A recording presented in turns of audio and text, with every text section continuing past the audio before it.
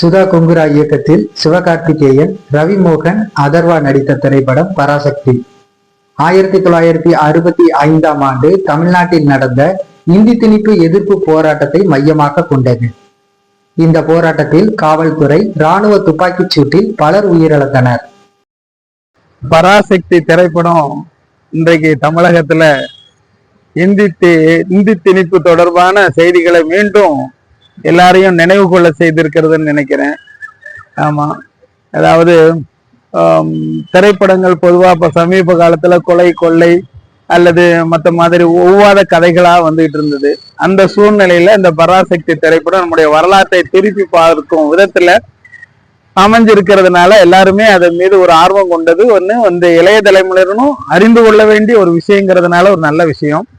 இந்தி எதிர்ப்பு போராட்ட வரலாறு குறித்து எழுத்தாளர் பாப்பாக்குடி வீரா செல்வமணி தெரிவிக்கையில், பொதுவா இந்தி திணிப்பு பற்றி எல்லாருக்கும் ஒரு மேலோட்டமான பார்வைதான் இருக்கும். அதுவும் இன்றைய இளைய சமுதாயத்தினர் அவ்வளவு உன்னிப்பா கவனிச்சு அதை படிச்சிருக்கவும் மாட்டாங்க. அன்றைக்கு இருந்த மாதிரி தீவிரமா எடுத்து பேசக்கூடிய பேச்சாளர்களும் இன்றைக்கு ரொம்ப குறைவா இருக்கிறாங்க. அதான் நான் படித்து அறிந்த விஷயத்துல பொதுவா 2 பகுதியா இந்தி திணிப்பு தமிழகத்துல மிக பெரும் அளவுல நடைபெற்றிருக்குன்னு தான் சொல்லணும். மீதி அப்பப்போ அந்த இந்தியில அறிக்கை விடுறது, ஒவ்வொரு துறை வாரியா அறிக்கை விடுறதெல்லாம் அப்பப்போ எதிர்ப்பு தெரிவித்து அப்பப்போ அதை பின் வாங்கி இருக்கிறாங்க. ஆனா ராஜாஜியினுடைய காலகட்டத்துல 1935-36 காலகட்டத்துல நினைக்கிறேன், அப்பதான் அவங்க தமிழகத்துல ஒரு சில குறிப்பிட்ட பள்ளிகள்ல 5, 6, 7, 8ங்கிற சொல்லக்கூடிய அந்த தொடக்க நிலை கல்வியில கட்டாய பாடமா இந்தி இருக்கணும் அப்படின்னு ராஜாஜி கொண்டு வந்தார். அப்பதான் முழுமையா நம்முடைய திருவி கல்யாண சுந்தரனார் உட்பட, நம்முடைய பெரியார் உட்பட இன்னும் நிறைய தமிழறிஞர்கள் அதை முழு மூச்சோட எழுத்தாங்க. அன்னைக்கு பாத்தீங்கன்னா அது மிகப்பெரிய கல்வியாளர்கள், மிகப்பெரிய தமிழறிஞர்களுடைய எதிர்ப்புனால ராஜாஜி அந்த சட்டத்தை பின் வாங்கிட்டாரு. ஒரு கட்டத்துல ராஜாஜியே இந்தி திணிப்பு வேண்டாங்கிறதுக்கு, இந்தி திணிப்பை எதிர்த்து போராடக்கூடிய கட்டத்துக்கு வந்துட்டாரு ராஜாஜியே. அந்த மாதிரி அது ஒரு கட்ட குறிப்பா சொல்லுவாங்க. 2வது பாத்தீங்கன்னா, நம்ம இந்திய அரசியல் அமைப்பு சட்டத்துல அவரு சுதந்திரம் அடைஞ்ச பிறகு 1965 வரை ஒரு கெடு காலம் கொடுத்து, அதுக்கப்புறம் இந்தி தான் தேசிய மொழியா இருக்கணும், எல்லாரும் பேசக்கூடிய மொழி, அது வரைக்கும் நீங்க மாநில மொழி பயன்படுத்திக்கலாம், அந்த குறிப்பிட்ட தேதியிலிருந்து இந்தி ஆட்சி மொழி ஆயிரும், இந்தியாவுடைய ஆட்சி மொழி ஆயிரும் அப்படிங்கிற ஒரு சட்ட வரைவு வச்சிருந்தாங்க. அந்த சட்ட வரைவு அமுல்படுத்தக்கூடிய நாள் நெருங்க அது கண்டிப்பா பார்லிமெண்ட்ல நிறுத்தி வைக்க சொல்லும் போது கேட்டுக்கல. அதனால போராட வேண்டிய கட்டாயத்துக்கு தள்ளப்பட்டாங்க. அப்பதான் நம்ம 1965 காலகட்டத்துலதான் தன்னெழுச்சியா திராவிட முன்னேற்ற கழகம், கலைஞர், அண்ணா எல்லாம் ஒரு புறம் அதை போராடிட்டு இருந்தாலும் கூட மாணவர்கள் மத்தியில தன்னெழுச்சியான ஒரு போராட்டம் இந்திக்கு எதிராக அப்பதான் ரொம்ப தீவிரமான அளவுல நடைபெற்றது. முழு மூச்சுல நம்ம தமிழகம் மிகப்பெரிய போராட்டத்தை கண்டது. அதுக்கு நல்ல வழிகாட்டியாக பேரறிஞர் அண்ணாவும் இருந்தாரு, பழைய நம்முடைய முதல்வர் கலைஞர் அவர்கள் உட்பட அந்த இந்திய எதிர்ப்பு போராட்டத்துல முன்னணியில நம்முடைய தமிழ் அறிஞர்களும் ஆர்வலர்களும் இருந்தாங்க. அது ஒரு கட்டத்துல இன்னமும் நமக்கு அந்த சட்டத்தை அவங்க திரும்ப வாபஸ் வாங்கலங்கிறது ஒரு முக்கியமான விஷயம். அவங்க என்ன சொல்லியிருக்கிறாங்க, அப்போ பிரதமராக இருந்த நேரு இந்தி பேசாத மாநில மக்கள் விரும்பும் வரை இதை அமல்படுத்த மாட்டோம் அப்படிங்கறதான் அவங்க கொடுத்த வாக்குறுதி. அது வரைக்கும் நாங்க இத தீவிரமா அமல்படுத்த மாட்டோம் அப்படிங்கிறது தான் அந்த வாக்குறுதியோடு தான் இன்னைக்கு வரைக்கும் இந்த இந்திய எதிர்ப்பு சம்பந்தமான ஒரு உறுதிமொழி நிற்குது. இந்தியாங்கிறது ஒரு பல்விதமான பன்முகத்தன்மை கொண்ட ஒரு நாடு. நமக்கு மொழிகளும் அதிகமா இருக்கு, எல்லா மொழிகளையும் மதிக்கணும். அதுக்குதான் நம்ம தொடர்பு மொழியா ஆங்கிலம் வச்சுக்கிட்டோம். எங்கெங்க யார் யாருக்கு தேவையோ அந்தந்த மொழியை அவங்கவுங்க பயன்படுத்திக்கலாம். நீ என் மொழியே கண்டிப்பா படிச்சே தீரணுங்கிற ஒரு கட்டாயத்துக்கு உட்படும் போதுதான் நம்முடைய சுயமரியாதையும் தன்மானமும், தமிழர்கள் எப்போதுமே இந்த 2லயும் ரொம்ப கவனமா இருப்பாங்க. அதனால நமக்கு இயற்கையா ஒரு கோபம் வருது, ஒரு எரிச்சல் வருது, ஒரு போராட்டத்தை நோக்கி நம்மளை தள்ள வேண்டி இருக்கு.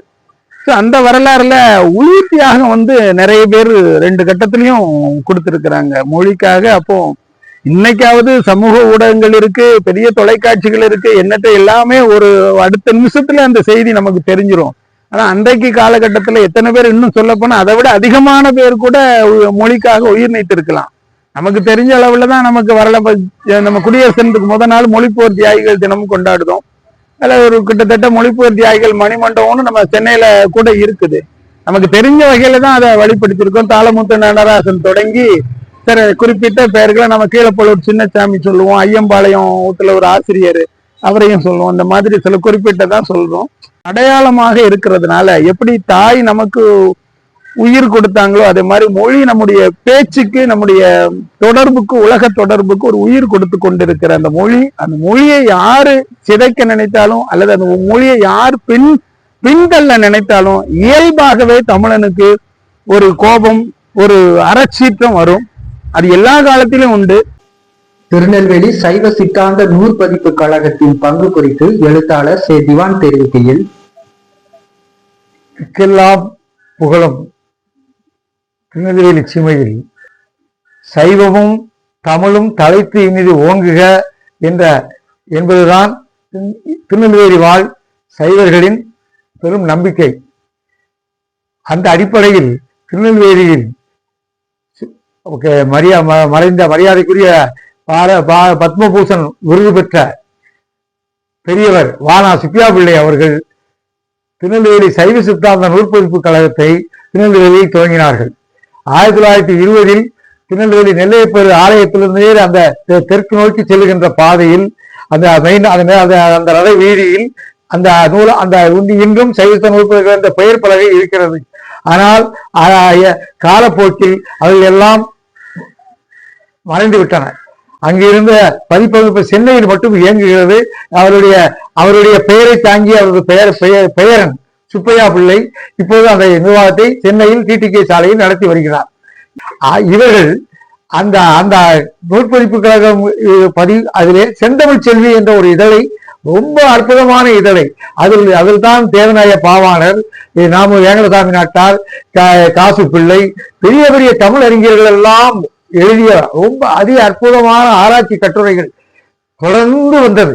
அந்த அத்தனை பத்திரிகைகளும் வரிசையாக அடுக்கி வைக்கப்பட்டிருந்தது. அது எப்படி என்றால் மாதம் ஒரு இதழ் வெளியிடுவார்கள். முன்பு வருடத்திற்கு அதையெல்லாம் தொகுத்து ஒரு பவுண்டு அங்கே நானே அந்த நூலகத்திலே சென்று பார்த்திருக்கிறேன்.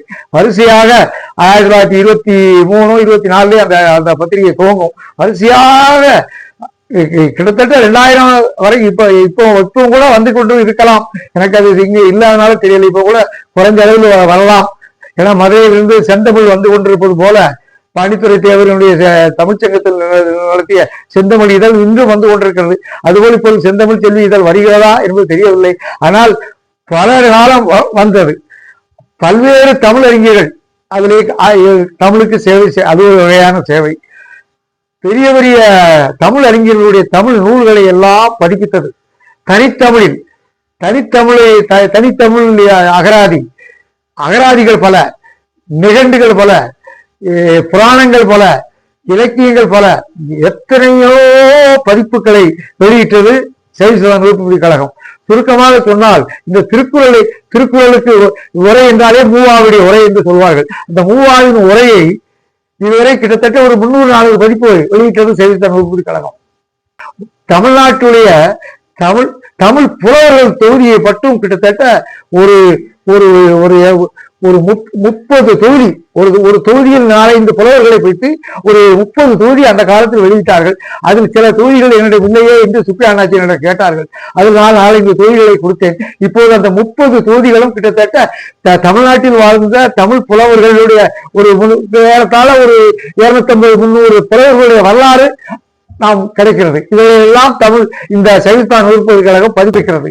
இப்ப புலியூர் கேசியன், அதாவது தமிழ் இலக்கியத்தில் ஊவேசாவுடைய நூல்களை புறநானூரை படிப்பதாக இருந்தால் கொஞ்சம் ஓரம் தெரிந்தவர்கள் தான் படிக்க முடியும். அதனுடைய மொழி நடை கொஞ்சம் சற்று கடினமாக இருக்கும். அதே இது புலியூர் கேசியன் என்பது நம்ம களக்காடு பக்கத்தில் உள்ளது. அப்போ அதுல அந்த புலியூர் கேசியனை வளர்த்தது சைவ சித்தாந்த நூற்பதிப்பு கழகம். புலியூர் கேசியன் எழுதாத தமிழ் நூல்களே இல்லை. அத்தனைக்கு உரை எழுதியிருக்கிறார். அவர் சைவ சித்தாந்த நூற்பதிப்பு கழகத்தினுடைய வார்ப்பு. அவருடைய அவங்க திருமண தொடர்பும் உண்டு. இப்படி இப்போ இலக்கியங்கள், சிற்றிலக்கியங்கள் அதற்கு ஒரு மாநாடு, புறநானூறு அதற்கு ஒரு சொற்பொழிவு, அகநானூறு அதற்கு ஒரு சொற்பொழிவு, கலித்தொகை அதற்கு ஒரு சொற்பொழிவு, அதுக்கு ஒரு 3-4 நாட்கள் நிகழ்ச்சிகள் திருநெல்வேலியில். அதற்கு பெரிய பெரிய காசு பிள்ளை, பெரிய பெரிய தமிழ் அறிஞர்கள் எல்லாம் வந்து பேசி அந்த பேச்சுக்கள் உரைகளை எல்லாம் தொகுத்து வெளியிட்டது தேவஸ்தான நூல்பதி கழகம். 1008வது நூல் வெளியிடும் போது பெரிய பலனே வெளியிட்டது. 1008வது சைவஸ்தான நூல்பதி கழகத்தின் 1008வது நூல் வெளியிடும் போது ஒரு பெரிய மலர் வெளியிட்டது. சுப்பியா பிள்ளையுடைய அவர்கள் குறித்தும் மலர் வெளியிட்டிருக்கிறது. சைவஸ்தான நூல்பதி கழகம் தொடர்ந்து தமிழுக்கு சேவை செய்து வருகிறது. இந்தி திணிப்பு தாய்மொழி அழிவுக்கு வழிவகுக்கும். அதனை எதிர்த்து பலர் உயிர் தியாகம் செய்துள்ளனர். தமிழ் அறிஞர்கள் மொழி பாதுகாப்பிற்காக பெரும் உழைப்பு செய்துள்ளனர்.